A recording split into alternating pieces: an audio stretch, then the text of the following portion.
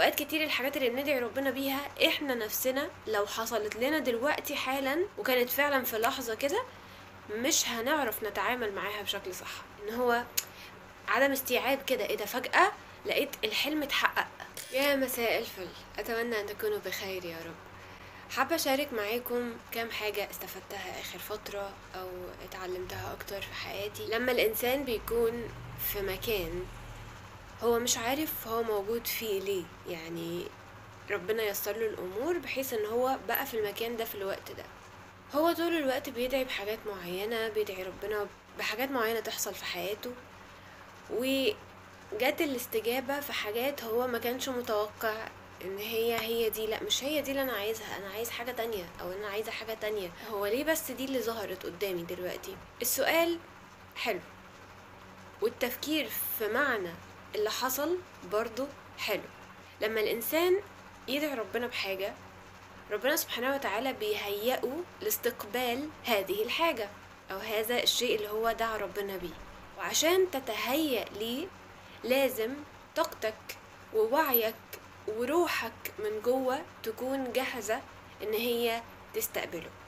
اوقات كتير الحاجات اللي بندعي ربنا بيها احنا نفسنا لو حصلت لنا دلوقتي حالا وكانت فعلا في لحظة كده مش هنعرف نتعامل معاها بشكل صح. هيحصل في ان هو عدم استيعاب كده، ايه ده فجأة لقيت الحلم اتحقق. فبالتالي لما الحاجة بتاخد وقت في انها تحصل على ارض الواقع، ده بيخليك تتهيأ لاستقبالها، تتهيأ لانك تتعامل معاها لما تحصل، تستوعب ابعادها. لان انت وانت بتدعي من بره ما بتبقاش شايف ايه اللي جوه، ولما تدخل جوه وتعيش الحالة دي او الحاجة دي هتكتشف انه فيها جوانب كتيرة قوي وضغط كبير قوي. انت ما كنتش مستوعب انه ده التمن اللي انت لازم تدفعه علشان تعيش الحاجة دي.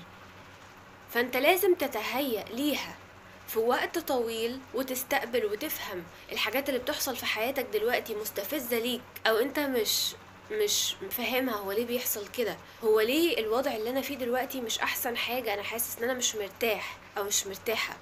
الحاجات دي بتخلي الانسان يفتح مساحة من الوعي ومن الطاقة ومن الفكر ومن التصرف ومن الكلام ومن الاستيعاب ومن ردود الفعل ومن حاجات كتيرة جدا المفروض تكون انت على دراية بيها كويس جدا، علشان لما يحصل اللي انت عايزه انت خلاص تبقى طلعت الليفلات، ما تكونش نطيت نطة واحدة، طلعت ليفل وكل ليفل فيهم بيهيئك للي بعده للي بعده للي بعده عشان توصل لفوق.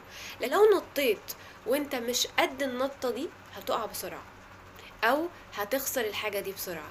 وده على فكرة يفسر انت كام حاجة قبل كده كنت ملكها في ايدك وحصلت عليها وفجأة عرفت ان انت ما قدرتش تتعامل معاها صح وخسرتها، سواء كان اشخاص او شغل او فلوس او مكان انت المفروض كنت تبقى فيه. ايا كان المكان هو ايه او الحاجة هي ايه، فالفكرة كلها ان انت لازم تكون مهيأ لاستقبالها.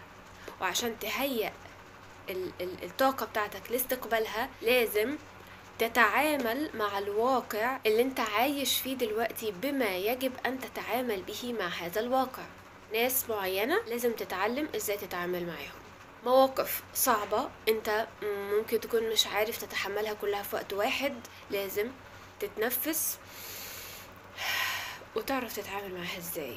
لما تعرف وتتقن التعامل مع هذه الاشياء، اوكي، معاك فلوس يا تطيرها كلها في لحظة، اوكي، وفي حاجات تافهة وبتبص تلاقي ان فلوسك مش معاك وخلصت كلها وما عملتش الحاجات اللي انت كنت عايز تعملها وقت ما كنت بتدعي ان ربنا يرزقك بالفلوس دي. فلما تعرف تتعامل معاها بشكل حكيم وشكل صحيح هتبدأ تبقى عادي بالنسبة لك، متبقاش غريبة، وتبدأ تخش على المرحلة اللي بعدها، سواء كان باختيارك او بالاقدار حواليك تتهيأ انك تنتقل من هذا المكان لمكان تاني. الحاجة اللي انت استقبلتها دي هتجيلك اكتر منها، فانت خلاص تهيأت انك تتحمل هذه الاشياء. فاتمنى تكونوا فاهمين قصدي، ويا رب اللي جاي يكون افضل من اللي راح، وربنا يعلمنا باللطف مش بالشدة ان شاء الله. وبإذن الله ربنا ييسر الأمور لما فيه الخير. بشكركم على حسن الاستماع. لو في أي سؤال أو أي نقاش حابين نتكلم فيه مع بعض اتكلموا معايا وقولولي، وأنا أكيد هحب أسمع آرائكم. بشكركم وإلى اللقاء.